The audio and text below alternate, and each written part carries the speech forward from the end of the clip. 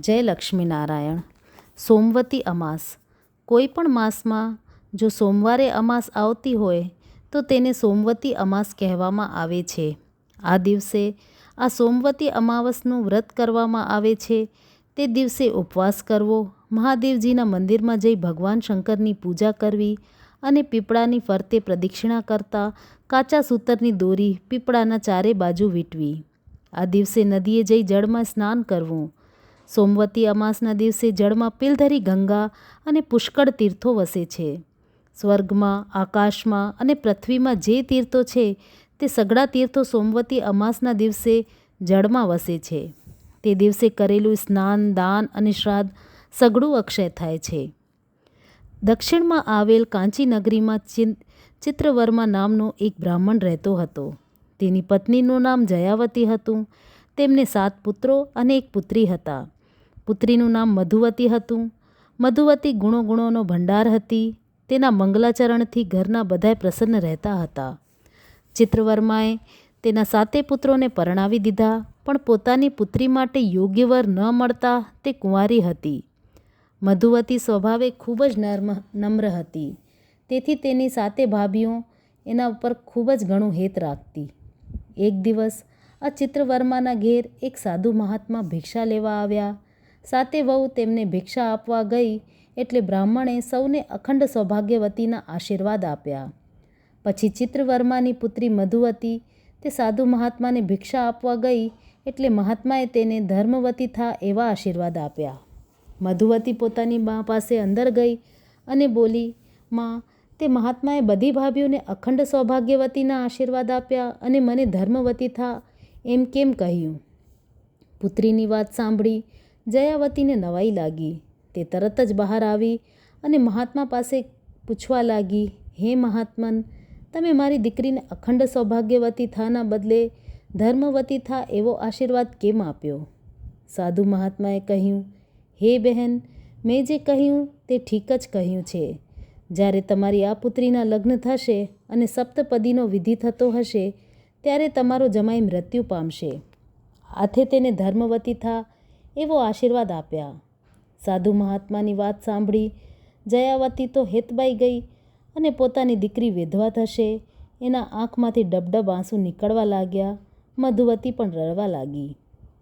"બહેન, એટલા માટે તો કહું છું કે અત્યારથી જ તારે મૂળ જ ધર્મ સંગ્રહ કરવો જોઈએ, જેથી તને દુઃખ વેળા શાંતિ મળે." મહાત્માએ મધુવતીને આશ્વાસન આપતા કહ્યું. જયાવતીએ મહાત્માને હાથ જોડીને પૂછ્યું, "હે મહાત્મા, અમને એવો કંઈ ઉપાય બતાવો કે જેથી મારી દીકરી ફૂલ જેવી આ દીકરી વિધવા થતી બચી જાય." સાધુ મહાત્માએ કહ્યું, "સિંહલ દ્વીપમાં સોમા નામની એક ધોબણ રહે છે.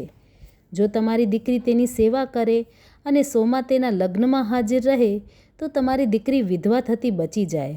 પરંતુ આ કામ ઘણું કઠિન છે." આમ કહી સાધુ મહાત્મા ચાલતા ગયા. સાંજ થતાં ચિત્રવર્મા ઘરે આવ્યા. જયાવતીએ પોતાની દીકરીની વાત એમને જણાવી. ચિત્રવર્માએ પોતાના 7 પુત્રોને ભેગા કર્યા અને તેમને મધુવતીની વાત જણાવી. મોટા 6 પુત્રો ચૂપ રહ્યા, પણ સૌથી નાનો પુત્ર શિવસ્વામી પોતાની બહેન સાથે સિંહલ દ્વીપ જવા તૈયાર થયો. બંને ભાઈ બહેન અનેક મુશ્કેલો વેઠતા વેઠતા સમુદ્ર કાંઠે આવી પહોંચ્યા. હવે તેઓ વિચાર કરવા લાગ્યા કે સમુદ્રને ઓળંગવો કેમ. આમ વિચાર કરતાં કરતાં તેઓ એક વડના ઝાડ નીચે બેઠા. આ ઝાડ પર એક ગિદ્ધ રહેતું હતું. તે ચિંતાગ્રસ્ત ભાઈ બહેનને જોઈને નીચે ઉતર્યું અને તેમની પાસે આવીને બેઠું. તેને બંને ભાઈ બહેનને પ્રથમ ખાવા માટે ફળો આપ્યા. પછી પૂછવા લાગ્યો, "હે માનવીઓ, તમે આમ સમુદ્ર કાંઠે ચિંતાગ્રસ્ત કેમ બેઠા છો? શું તમને કાંઈ તકલીફ છે?" ભાઈ બહેન ગિદ્ધને પોતાની દુઃખભરી કહાની કહી સંભળાવી. તેમની વાત સાંભળી ગિદ્ધને તેમના ઉપર દયા આવી. તેને કહ્યું, "તમે ચિંતા ના કરો. હું હમણાં જ તમને સિંહલ દ્વીપમાં પહોંચાડી દઉં છું. તમે નિરાતે જમી લો." ભાઈ બહેન વનફળો ખાઈ લીધા. આ ગિદ્ધ સામાન્ય ગિદ્ધ ન હતું. તે ધારે તો 10 માણસોને સામટા ઉપાડી શકે એટલું બળવાન હતું. તેણે પોતાની પીઠ ઉપર ભાઈ બહેનને બેસાડી દીધા અને પછી ગિદ્ધ આકાશ માર્ગે ઉડ્યું. ગિદ્ધ ઘડીક વારમાં તો ઉછળતા સાગરને પેલે પાર પહોંચી ગયું. તેને બંને ભાઈ બહેનને સોમાના ઘર આગળ ઉતારી દીધા. સવાર થવાને હજી વાર હતી. ભાઈ બહેન વિચારવા લાગ્યા કે હવે સોમા ધોબણ પાસે જવું કેવી રીતે. મધુવતી બોલી, ભાઈ, આપણે સોમાની કંઈ સેવા ચાકરી કરીએ તો સોમા રાજી થાય. આમ વિચારી તે સોમા ધોબણનું આંગણું અને વાડી ચોખા વાળીને સાફ કરી દીધા. સોમા સવાર પડતા ઉઠીને બહાર જુએ તો આંગણું અને વાડી એકદમ ચોખ્ખા હતા અને તેને ખૂબ જ નવાઈ લાગી. તેને થયું કે મારું આંગણું અને વાડી કોણે સાફ કર્યા, પરંતુ તેને આ વાતની ખબર પડી નહીં. બીજા દિવસે પણ સોમાનું આંગણું વાડી ચોખ્ખા હતા. આમ દરરોજ ભાઈ બહેન સવારે સોમાનું આંગણું વાડી સાફ કરી દેતા. સોમાને આ જોઈને ખૂબ જ નવાઈ લાગતી. તેને વિચાર્યું કે મારું આ કામ કોણ કરે છે તે મારે જોવું જોઈએ. તે રાતના એક ખૂણામાં સંતાઈ ગઈ. સવાર થતાં જ ભાઈ બહેને આંગણું વાડી સાફ કરવા લાગ્યા કે સોમા ખૂણામાંથી બહાર આવીને બોલી, તમે કોણ છો અને આમ મારું કામ દરરોજ શા માટે કરો છો? શિવસ્વામીએ પોતાની ઓળખાણ આપી અને પછી બહેનની આપવીતી જણાવી. સોમાએ કહ્યું, તમે બ્રાહ્મણ થઈને મારા ઘરનું આંગણું અને વાડી સાફ કરો તો મને પાપ લાગે. હવે તમે આ કામ બંધ કરો. તમે તો મારા અતિથિ છો. હું તમારી સાથે તમારા ત્યાં જરૂર આવીશ. સોમાએ પોતાના દીકરાની વહુઓને બોલાવીને કહ્યું, હું આ ભાઈ બહેન સાથે જાઉં છું, પણ જો આપણા ઘરે કોઈ મરી જાય તો હું આવું ત્યાં સુધી તેને સાચવીને રાખજો. આમ કહી સોમા પોતાના વ્રતના પ્રભાવે શિવસ્વામી અને મધુવતીને લઈ આકાશ માર્ગે ઉડી ગઈ અને ઘડીક વારમાં તો તેઓ કાંચી નગરીમાં આવી ગયા. સોમા અને બંને ભાઈ બહેન પોતાના ઘરે આવ્યા. ચિત્રવર્મા અને જયાવતી સોમા સાથે આવેલી જોઈ ખૂબ જ ખુશ થઈ ગયા. બંને પતિ પત્નીએ સોમાની આગતા સ્વાગત કરી પોતાના ઘરમાં રહેવા માટે એક અલગ ઓરડાની વ્યવસ્થા કરી આપી. મધુવતી દરરોજ સોમાની ખૂબ જ સેવા કરવા લાગી. થોડા સમયમાં ઉજ્જૈનમાં રહેતા રુદ્ર શર્મા નામના બ્રાહ્મણ સાથે મધુવતીના લગ્ન ગોઠવ્યા. ઉજ્જૈનથી જાન આવી પહોંચી. લોકો જાત જાતની અટકળો કરવા લાગ્યા. ચોરીમાં મંગળ ફેરા ફેરવવા માંડ્યા. ત્યાં તો રુદ્ર શર્મા બેભાન થઈને નીચે પડ્યો. લગ્ન મંડપમાં હાહાકાર વર્તાવ્યો. સગાવાલા કલ્પાત કરવા લાગ્યા. સોમાએ બધાને શાંત પાડીને કહ્યું, તમે ચિંતા ના કરો, જમાઈ હમણાં જ બેઠા થશે.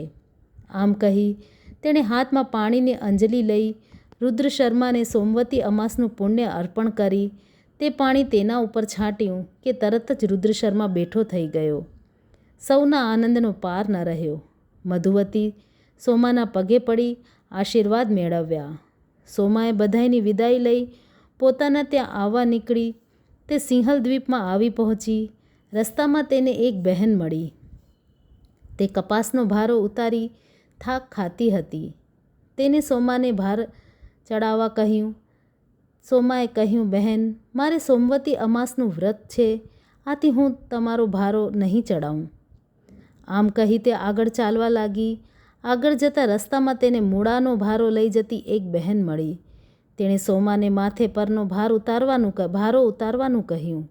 ત્યારે સોમા બોલી, બહેન, મારે આ સોમવતી અમાસનું વ્રત છે, મારાથી મૂળાને અડી શકાય નહીં. આમ કહી સોમા આગળ ચાલી. રસ્તામાં પીપળો આવ્યો. સોમાએ 108 ફળો લઈ પીપળાની પ્રદક્ષિણા કરી અને ભગવાનનું પૂજન કર્યું. સોમાએ જ્યારે રુદ્ર શર્માને સોમવતી અમાવસનું પુણ્ય અર્પણ કરીને પાણી વડે અંજલિ છાંટી હતી, તે જ સમયે સોમાના ઘરે તેના બધાય પુત્રો મૃત્યુ પામ્યા હતા. બધાએ સોમાના આવવાની રાહ જોઈને બેઠા હતા. સોમા ઘરે પહોંચી તેણે પોતાના પુત્રોને મૃત્યુ પામેલા જોઈ કંઈક વિચારવા લાગી. તે તરત જ ઊભી થઈ અને પોતાના ઘર આંગણે આવેલા પીપળા પાસે ગઈ. તેને હાથમાં સાકર લઈ 108 વાર પીપળાની પ્રદક્ષિણા કરી અને વિષ્ણુ ભગવાનનું પૂજન કર્યું. ત્યાં તો તેના મરેલા પુત્રો સજીવન થઈ ગયા.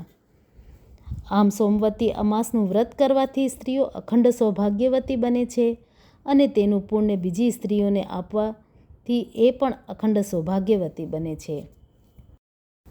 બોલો શંકર ભગવાન કી જય.